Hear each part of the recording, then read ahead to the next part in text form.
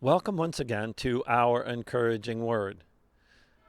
We've been working our way through the books of the Bible, and today we have arrived at the book of Nehemiah. Now, Nehemiah tells the story of the rebuilding of the walls around the city of Jerusalem. Remember, last week we talked about Cyrus, King Cyrus, who allowed the people from Babylon and captivity in Babylon to return to Jerusalem. So now they've come back to Jerusalem, and now they're about the job. And you would think it would be a difficult job in that it's a huge construction job, and that's correct.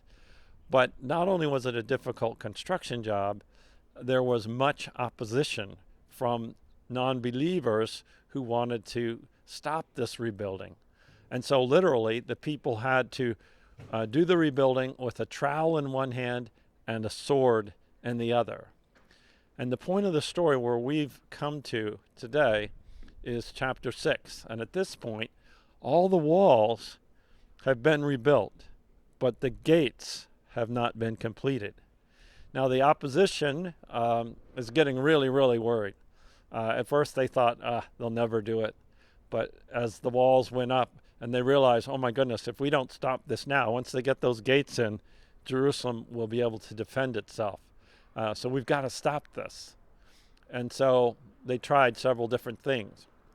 One, they invited Nehemiah to come outside of the city and parley with them. And it really wasn't an invitation to parley with them. It was an invitation to his assassination. But God tipped off Nehemiah. Nehemiah knew that this wasn't a request on the up and up.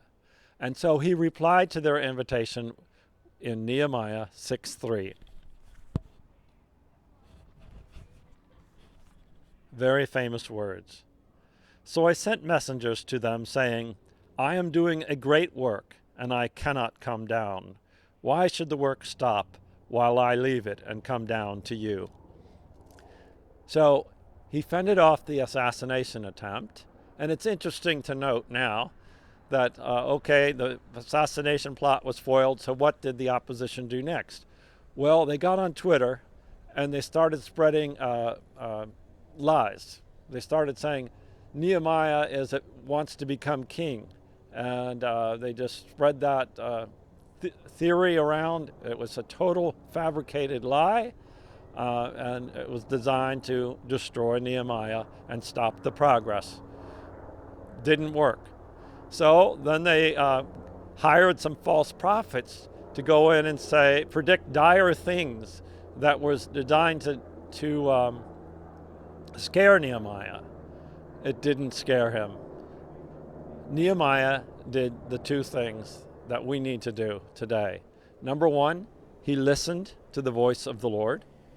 And number two, he remembered his purpose from God, and he focused on what God had called him to do.